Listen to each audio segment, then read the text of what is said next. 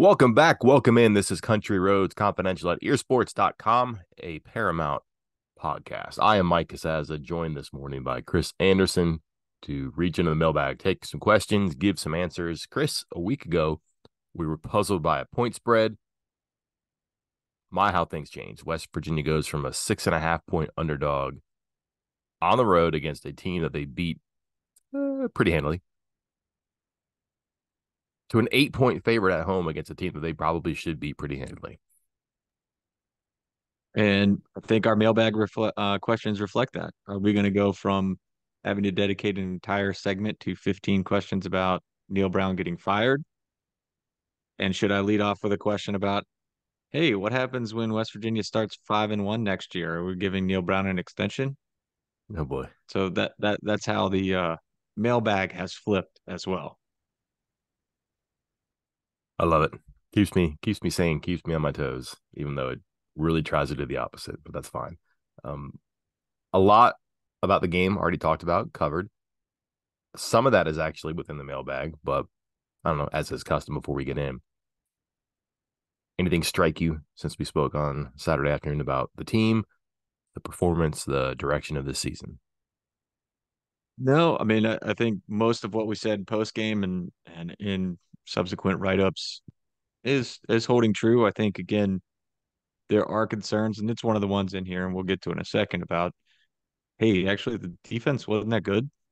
No. Um, Statistically, is that a concern? I mean, I think you get the key plays, you get the turnovers, that makes a difference, obviously. But you can't remove the turnovers. But if you did, defense was bad, like legitimately bad. Um, so it's something to watch. It's something I realized during the game because I think I even said like in the post game stock up, stock down, like, hey, those interceptions were thrown right to West Virginia players, and otherwise they had completed every single pass. It's a concern. It still remains a concern. Yeah. So Okay.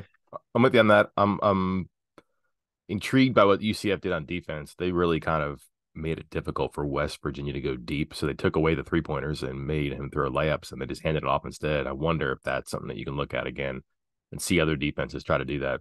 Maybe. But also, it occurs to me watching this, West Virginia really protected its special teams. Would you agree with that? I didn't realize like how thin they were on their special teams, but looking at some of the groups, there's people out there that aren't out there very often that are now out there, and we're becoming more familiar with their names because they have to play. But just where they kicked it, I know they were kind of spooked, let's say, by Harvey and who was the other running back? I'm trying to think of the guy. Yeah. Richardson. So those two guys are pretty scary, and I think they're both the kick returners. So not spooked, but let's maybe not roll the dice here. But a lot of touchbacks, really strategic kicks. Didn't have to punt a whole lot, but didn't do a whole lot in either return game. And I wonder how much of that is just like, you know what? If nothing happens, that's great.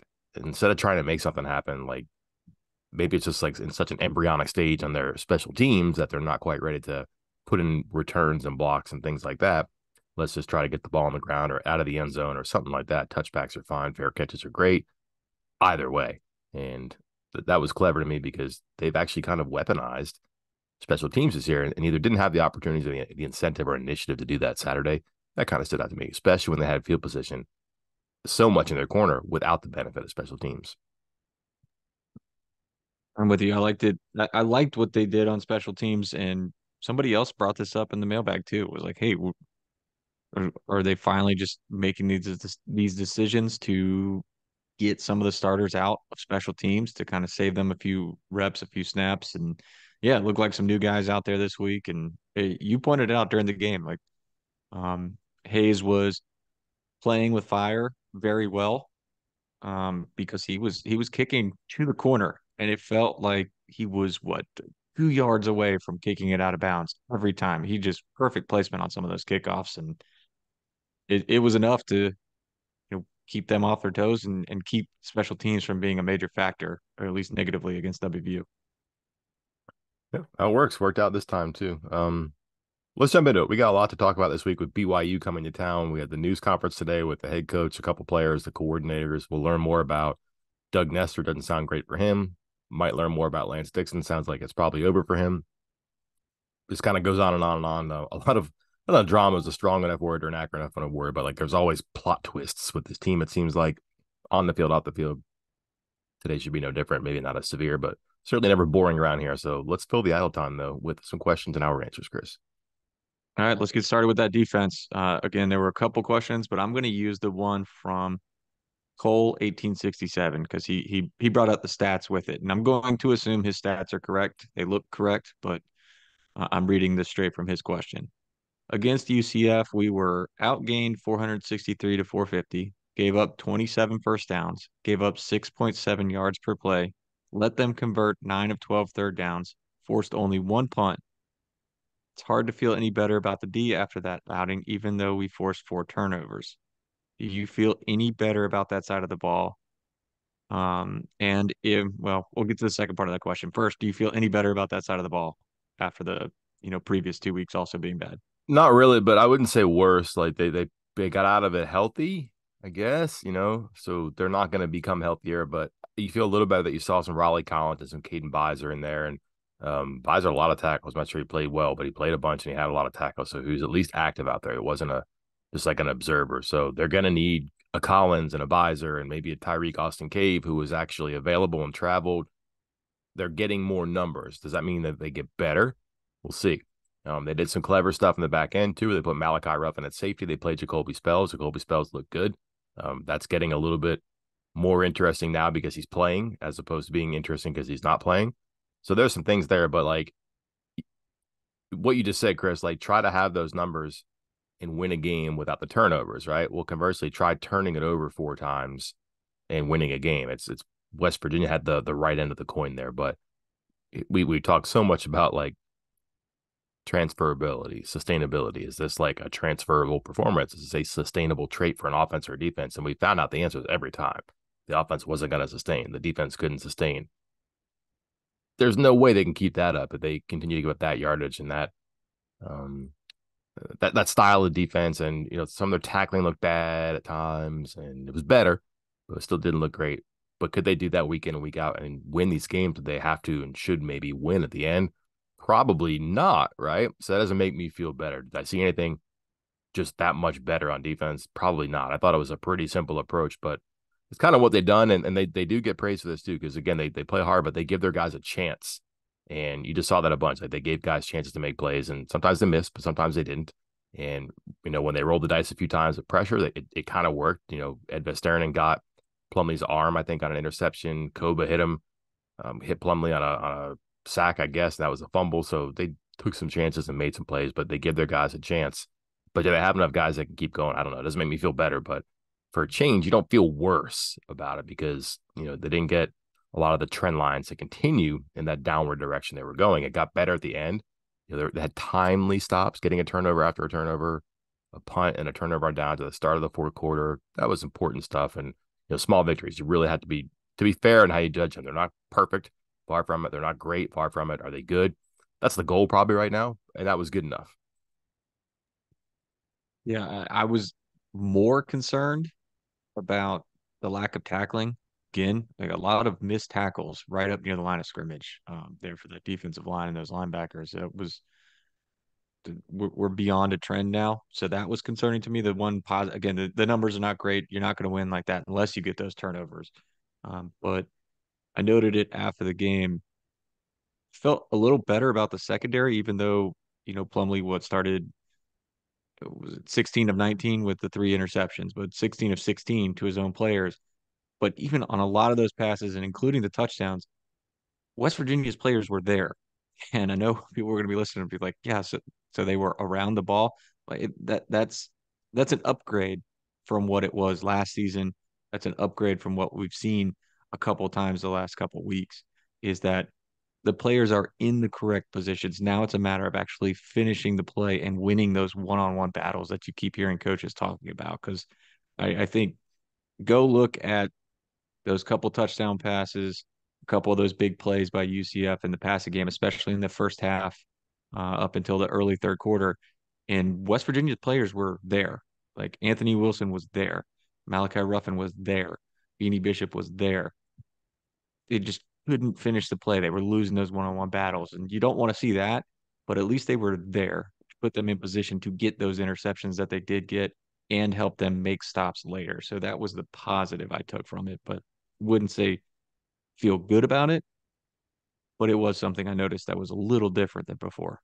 Can they use that for momentum purposes and then like, okay, finally got a reason to walk in the team building and feel proud or not ashamed or something like that. That's a new thing. And they're running into a miserable offense this week too. So they might get a little bit of pep in their step right in time.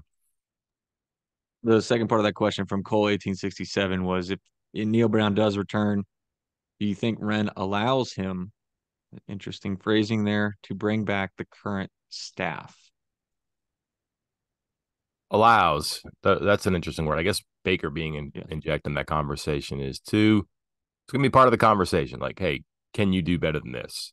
This person, this performance, they're going to talk to players for sure. Hey, how do you feel about your coach? That's part of the whole thing. And being on the ground, you see how they respond to players, but you also watch up close and you track everything. Is this group better? Should there be more backups available? Like that's going to be part of it. I don't know if they'll force him or not, but at some point you got to be like, this is this sustainable? Like, can I continue to keep my job if I'm always plugging holes on defense here as a staff? But um, they like the coaches. Like he's been around them for different parts of his life, never mind it here, and is partial. That could be difficult for him too. But if they don't get the job done here in the final 4 games, that might be a lot easier too. But if things do peak, that might be easier too. But it does seem kind of odd to assume that those 5 defensive coaches will be back too. So hard to answer. I don't think Baker would force it. I'm sure that he would want to have an explanation about why he wants to keep somebody, and he may be okay with that. He may put his foot down. Don't yet know that about him, but that's not going to be something that's going to be left, just assumed. Or you come to a meeting one day and say, "Hey, did you figure that thing out about the defense?" Yeah, I'm bringing everybody back. It doesn't work like that. It's going to be part of the conversation for sure. If Brown is indeed the person who's allowed to come back next year. Yeah, I think, after last season's debacle, the argument was, and I was on board with it. I think we even said it, or I said it on this podcast. I don't want to put words in your mouth too, if you didn't say it. That the defense was great for the first 3 years, from very good to great, or very good to great. And it's not like the coaching staff suddenly forgot how to coach. I remember we said that on the pod, and then like a month later, that was the rallying cry at the press conference, that the defensive coaches didn't suddenly forget how to coach defense. Um, I don't.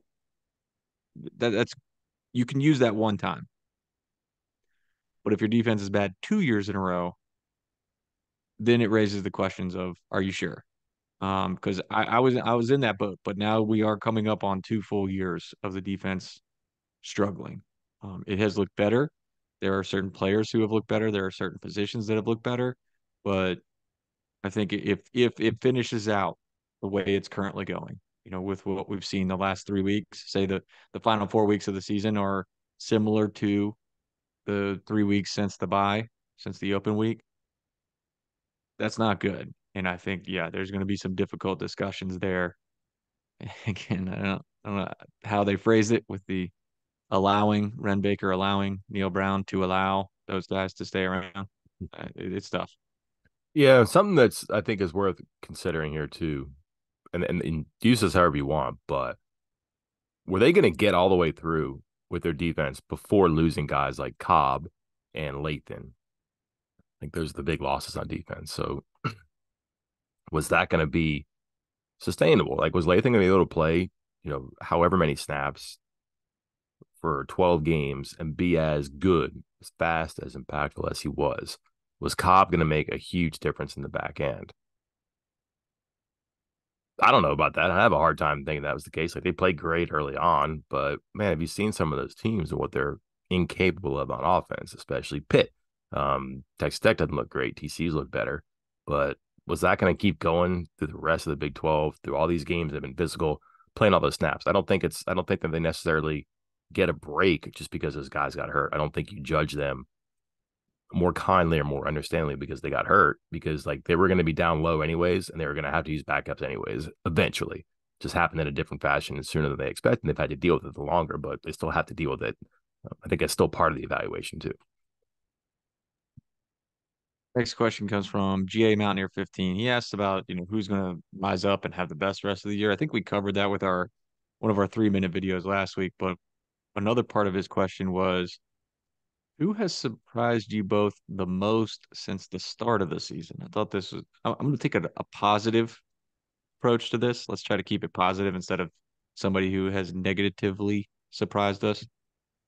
Mike, who has surprised you the most in a positive manner On this what season? side? You pick it. I'll let you pick whichever any player you want on this team. Okay. Small thing, recency bias, sure, but Nick Malone's been a pretty, I don't even want to say surprising, but like, because we didn't have a read on him, but he's been a valuable player. And it's surprising to have that. I know the offensive line is good, but that's not a guy we've talked about. I think a lot of people talk about the starters and then some of the recruits that they brought in and developed slowly but surely over time on the offensive line. And then we've made a lot out of the tight end play, but mostly on Cole Taylor and Traylon Davis and what's Will Dixon and where's Victor Wickstrom going to be. And yet the kind of like number 2 or 2B tight end is Nick Malone. Like it's just a nice utility player to have and to have that and to use it and for it to be effective and really part of what they've done offensively. That's a surprise because it's a good idea. It's a good strategy and it's worked. And like that's one of those guys where just and if you think of it in the frame of like roster construction, 85 scholarships, 70 players, you get one guy who can do a couple of things. That's really valuable. So to have that and to use that for that to be functional is fun for me. I'll give you the floor for this part here because I might take a second on another one here. All right. One, good call on Nick Malone. He was somebody that I thought about. And for those wondering, like how often is he playing? How much is he playing? He's obviously picked it up the last couple of weeks with more playing time, but his 239 snaps kind of puts him in that same range of like your 10th or 11th guy on this team because you get through like 9 guys who played the most, and then 10, 11, 12, 13, and 14 and 15 are all between 220, 260 snaps. And that's, Nick Malone, Traylon Ray, Traylon Davis, Preston Fox, Jaquay Hubbard, Hudson Clement. So he's heavily involved in this offense, I would say, at this point, Nick Malone, as far as what's happening so far this season. So I do like that pick. Um, I would say my biggest surprise. I'm having a difficult time pinning it down to a single player, but I kind of like I really want to, pop out and say the defensive line kind of as a whole. Again, for anybody that's followed my position group power rankings, you saw me drop them in the preseason, but mostly off of comments that AJ Jackson had made about, hey, we don't have, I can't remember exactly how I phrased it, but essentially it was like, hey, we don't have this havoc creator stud defensive lineman. We don't have that. We kind of just pretty good. And I was like, oh, that's not good. You want a havoc creator on the defensive line. Well, I'm not sure they entirely have that. They have several players who can create havoc, and it's held up. And even with injuries or anything that might be happening on that defensive line, they're just solid. And I had a hard time picking one, but I was surprised because I was concerned that that group was going to have a very tough time this season. And aside from some missed tackles this past game, I think they have been. All right. My other one here is that I'm just surprised that they didn't do better in the portal for receiver because quantity they were bound to hit, and I don't know who's like Poke traveled and didn't play. Noah Massey was probably always the flyer. Carter is um not their best receiver. I don't know, like, and he's supposed to be, but like the fact that we're asking a question about that, especially relative to his drops and that really bizarre punt return play. I still watched it again. I don't know what happened. Like I have to sit down and break that down and figure out why he dropped the pass, ran off the field, and then ran on the field to join 11 teammates who were in punt formation when he's never covered a punt before. Something had to go wrong there. Maybe he thought they were going for it, but unless Oliver Straw is the quarterback, he's got to know better than that. Maybe they were in a fake and somebody else made a mistake. I don't know. That was just a strange thing, but he was brought in to be like the guy, the number one, the X, I guess, with the Z. And kind of strange that after so many years in college, he moves to this like slot role, and he was good. Don't get me wrong. He caught a touchdown pass 2 games ago. Cool.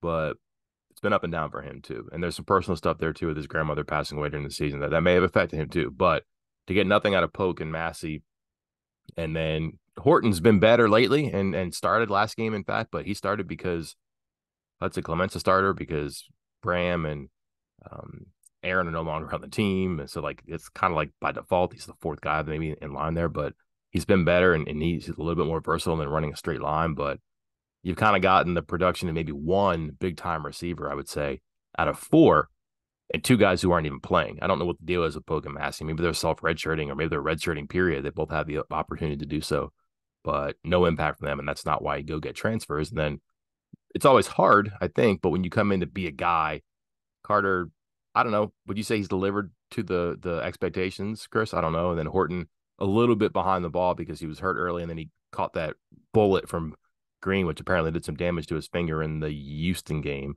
TCU? Houston. Um, maybe he gets there, maybe he doesn't, but that just surprised me because I thought that more than one guy would click, and I'm not even sure one has really clicked consistently yet. Yeah, Carter's been kind of up and down. His stats have improved the past couple of games, but he's also had some key drops. You mentioned one. I think he had two third drops on third down where he was wide open and just dropped the ball twice on third down in the last game. And I think he had one of those the game before that too. So inconsistent to decent at best for him. But that does lead us to the next question from Lynn Kofta. Is this Brown's best transfer class? He points out that of the 14 transfers, 10 are regular contributors. Seems like he's including Horton in there.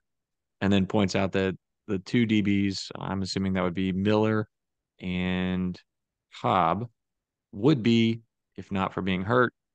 And then there's the two wide receivers that you just mentioned that look like possible misses, which would be Polk and Massey. Mike, your thoughts? Yeah, let me zag. I think it is their best transfer class. Yeah, no, it is. Yeah. Because I just they where would they be, without Beanie Bishop? That might be enough right there, right? I mean that's looking like an all Big 12 cornerback for a guy who couldn't play at Minnesota. So Currently leads the nation in passes defended. yeah, also 6 interceptions dropped. So kind of going around, I guess. But I only know that and say that because I looked it up, and yeah, he's dropped 2, but so is Lee Kobo, and 2 isn't a huge number when you play like Bishop does, because I think he's going to be around the ball a lot too, and also he plays in a secondary that is going to be around the ball a lot too. So that's been good. I really like their defensive line additions too, like not stars, but for what they wanted to do. Durajai, Hawkins played a lot and played really well Saturday. Mulba, those have been good parts for the defensive line, and Durajai's got a chance to be a pretty good player for the next couple of years. He can't go anywhere, and I mean, unless he wants to quit football or sit out a year. So West Virginia gets him after a redshirt freshman year. Hard to use as one transfer. Can't go anywhere again. Not the NFL, not the transfer portal until he graduates or has no more eligibility left where he can go to the NFL, which is not a worry. So that's a great acquisition for them. It's like a modern day transfer. Uh, I just like what they did. Their offense, we'll see. I don't know. 2 out of 4 receiver, and maybe it's 1 out of 4, 2 halves or whatever. That's not great, but they just need receivers. I'd feel better about it. But just what they did on defense and where they'd be without those parts on the defensive line, that cornerback, that's enough to me. And the Cobb, I don't know. The Cobb didn't look great earlier on, but they liked him a lot in the spring. Who knows where he would be after 8 games or a full season? Don't know, but he was on the field playing and they liked him. Didn't get to see him all the way through his development. You have a chance in the future, but also Montre Miller too hurts out for the year. That hurts. Like, do you grade the transfer portal class because guys couldn't stay healthy? That seems hard. Football's a tough sport. You guys get hurt and unfortunately get lost for the season. But Miller and Cobb maybe help the secondary.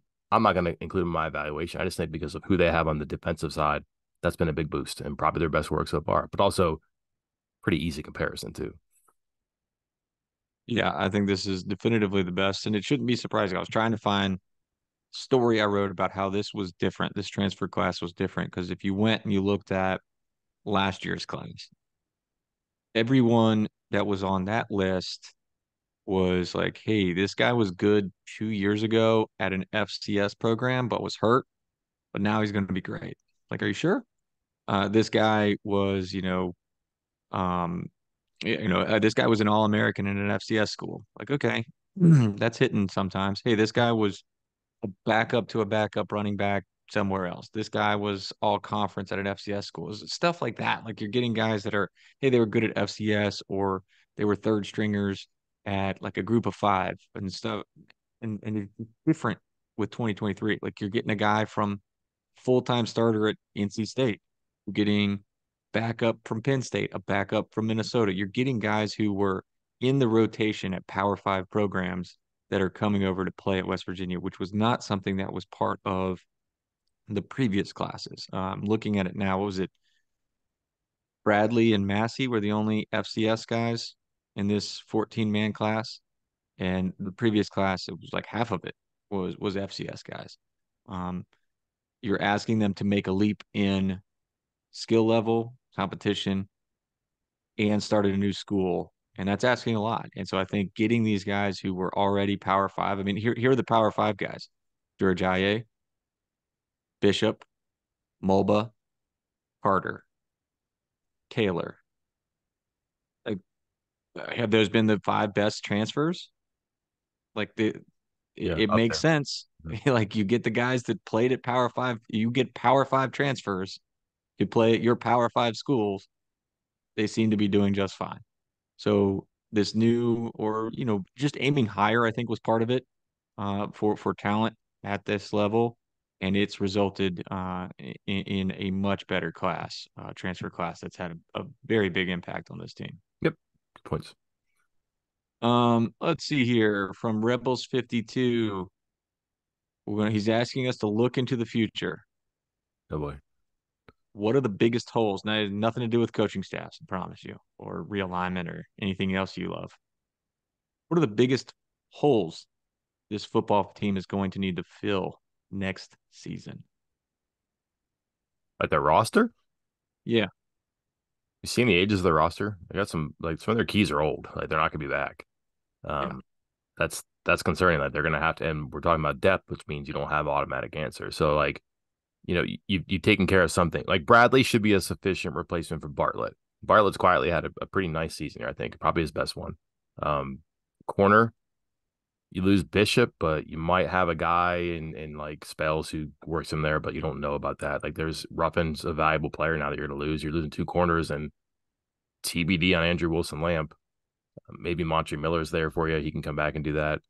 Um, you know, it's tough, man. Like, I mean, I just think that if you look at the holes they're going to have in their roster, like a lot of look at their offensive line. Here's the thing, Chris. I'm pretty sure 4 of the 5 can come back. Nestor can't, or they could all be gone because like Milam could go pro. Remotch will be a redshirt sophomore. I don't think he's going pro, but like he's draft eligible, right? But like left tackle, left guard, center, right guard could all be back. If you assume Hubbard, I don't think Yates is another year too.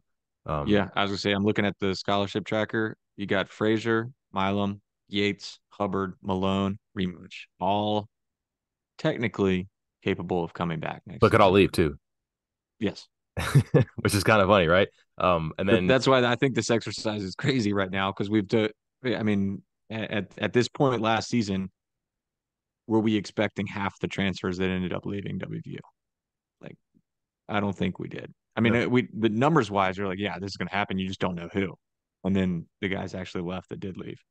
yeah. So and then there's going to be some transfer portal stuff. Like we're just naive to think the running back room is going to look the same. But just look what happened last year. It was like, oh man, Tony Mathis and C.J. Donaldson and Justin John. No, Tony Mathis left. People were biting their fingernails about Justin Johnson leaving in the middle of the season.